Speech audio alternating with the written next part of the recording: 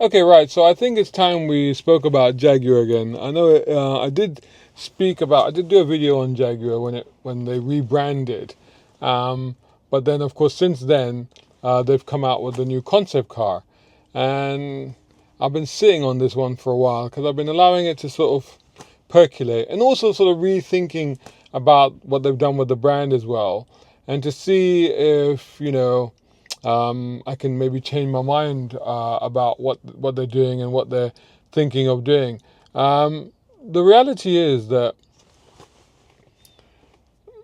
it's dramatically different from anything that has gone before or anything that any of us that are in the know, i.e., car people, could have perceived as being what Jaguar would do next. And the question then is, do they know something that we don't? Are they doing the right thing? Or is this a complete and utter recipe for disaster? And then the next question, of course, relates to that concept car. Does that concept car make any sense whatsoever? It is, or is it? Actually, yes, it's a question. This is a question. Is it a hideous monstrosity? Or is it genius?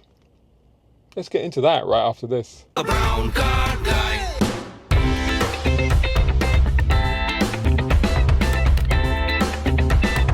Brown car guy.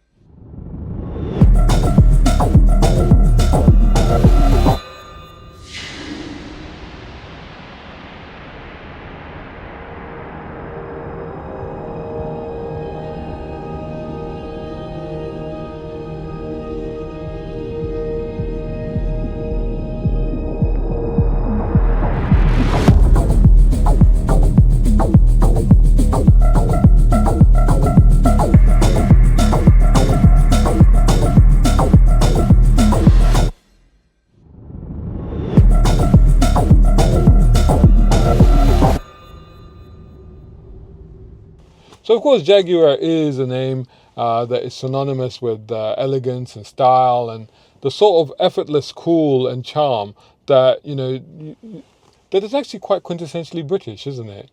The devil may care, the cad, the blagger, it's all of that. It's all of those sort of things, really, isn't it? It's the kind of if it was a person, it would charm the pants of a parking attendant. It would never really get a ticket, would it?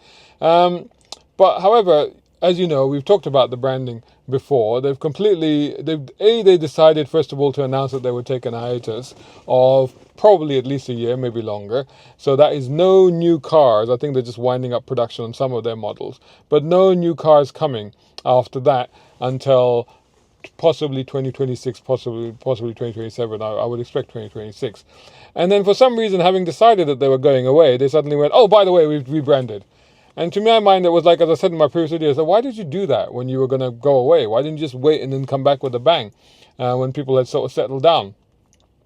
And then shortly after they did the rebranding, they unveiled a Type 00 concept car. And like I said, it's been a few days since that came out, and I thought, let me just take some time to have a think about it. And if I'm honest, I'm still scratching my head like a puzzled moggy. But I thought, let me look at this with a more analytical brain and see if there is something in what they're doing, or are they just simply clawing off the facade of what underneath is just a massive identity crisis for them right now. The rebranding, like I said, is part of that. Copy nothing.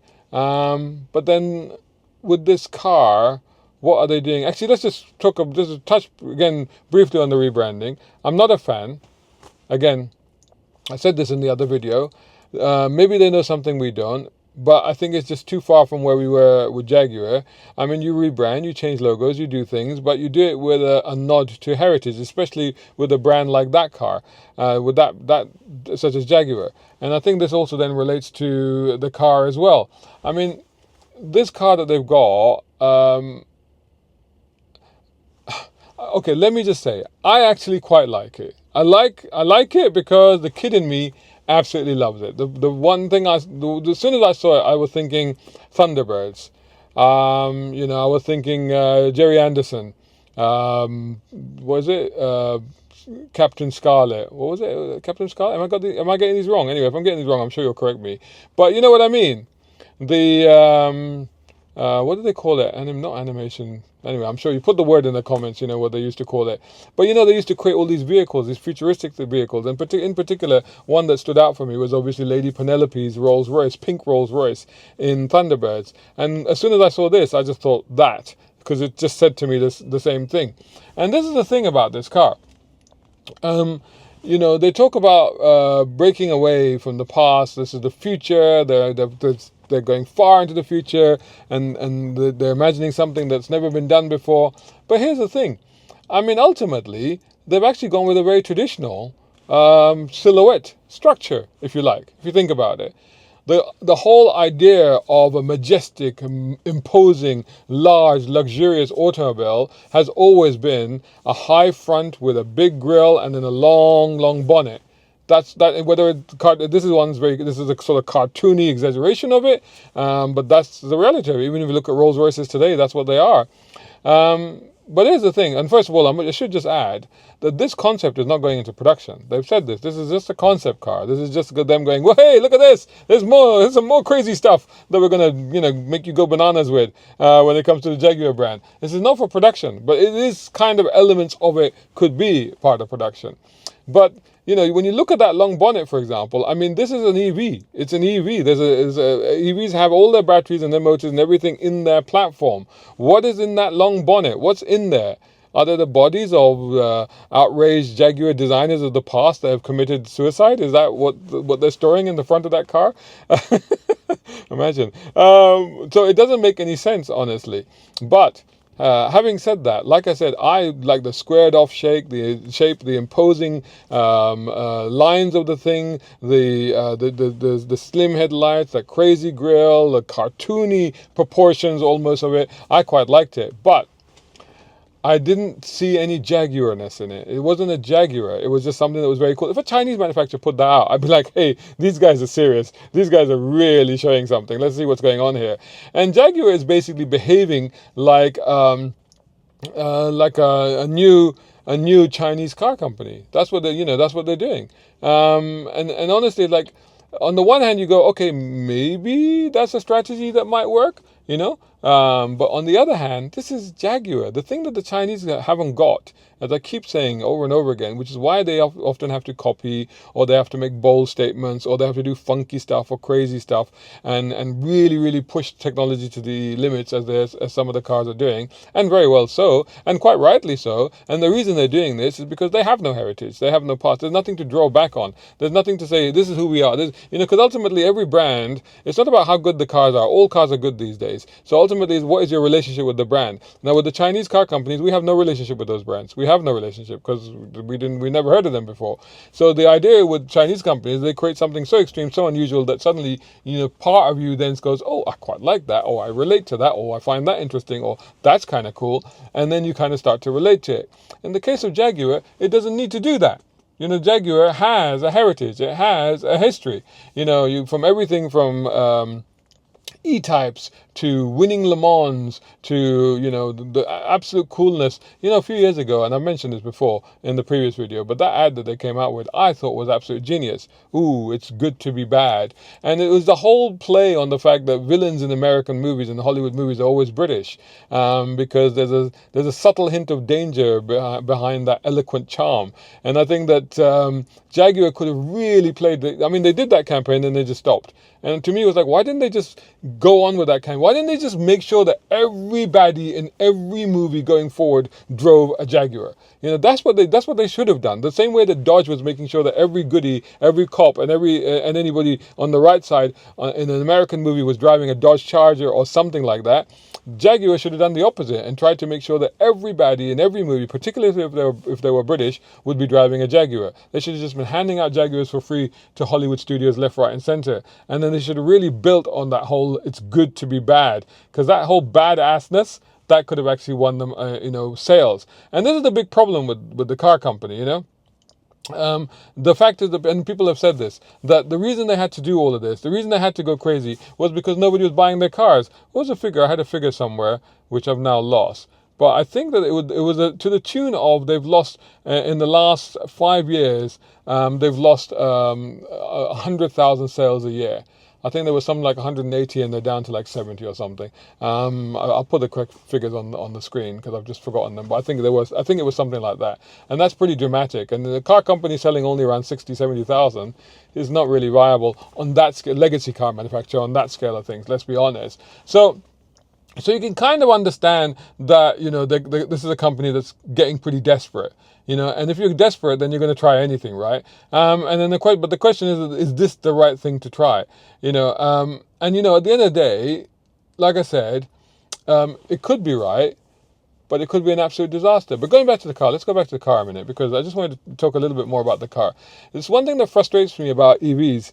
And one thing that I love about EVs, which I think gives them so much potential, is the fact that everything in an EV, unlike, I'm sitting in my classic BMW E30 here, it's a classic 3-box design. It has to be designed like that because there's a boot in the back, because that's where you put your luggage, because you can't put it in the front, because in the front there's a big old straight 6 engine. And then somewhere you need a fuel tank to feed that engine. So, and that hence dictates the shape of this car, because that's engine at the front, boot at the back, fuel tank at the back, and then passengers in the middle. That dictates the shape of this car. Now, with electric cars, it's completely different, because electric cars have everything in the floor. Right, the batteries are in the floor pan. The drive systems can be in the wheels or in the modular platform itself. So nothing has to be that. I mean, sometimes you can get a little bit of stuff, but generally, it affords you an entire new way of designing cars, because suddenly you're not constricted anymore. You're not restricted by the traditional requirements of the engineering architecture of a car. So to my mind, it's like when I look at manufacturers, or I hear manufacturers saying we're going radical design because we're doing an EV, I want radical design. I want something out of the Jetsons. I want something crazy. Don't forget, I'm a science fiction fan. I want something out of Star Trek.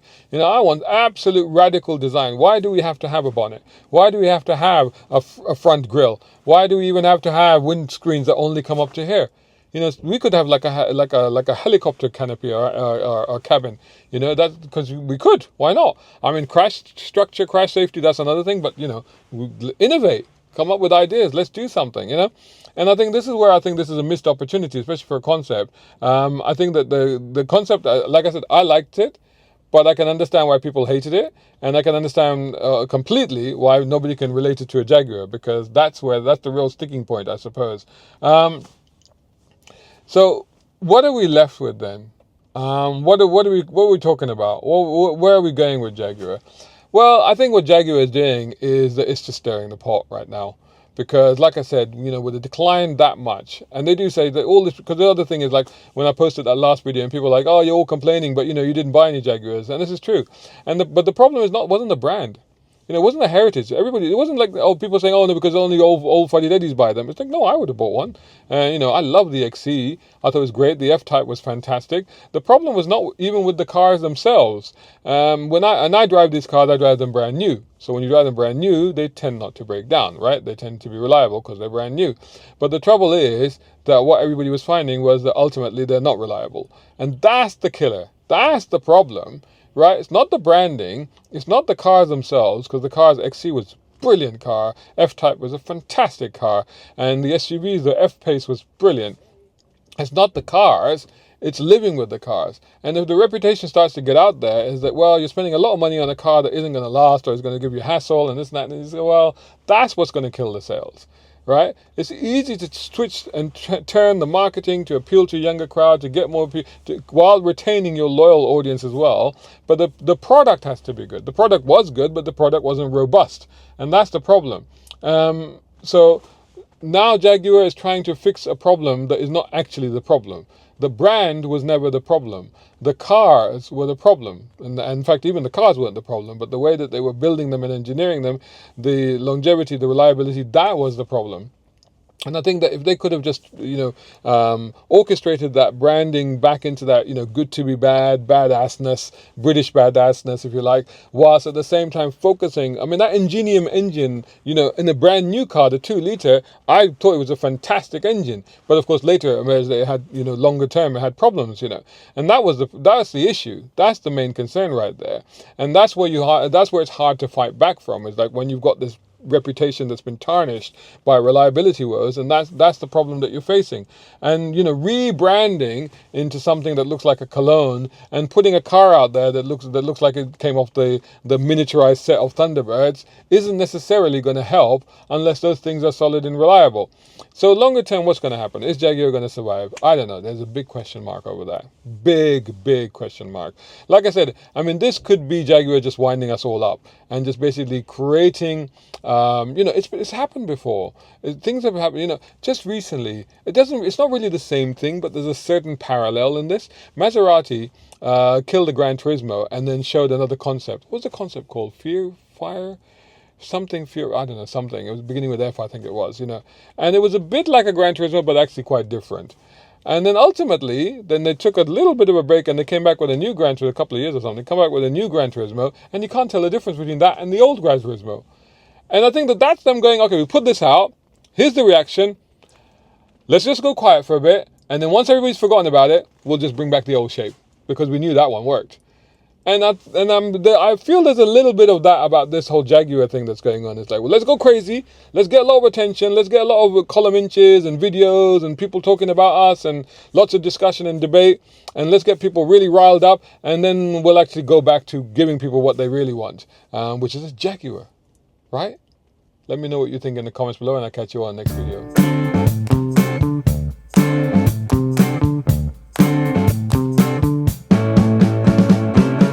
Hi guys, I've been writing. This is my first book, a novel, an all-out action thriller, and this one is a collection of 13 stories I've written over the course of 2 decades. The Ulysses Files and The Quantum Races by BC Guy are out now on Amazon.com. Shout out time, guys. Thank you so much. Hey, if you enjoy my content, why not get involved? Buy me a coffee. You can do that at either of these links. Or if you're watching on YouTube, buy me a thanks or take out a membership. It all helps. It really does.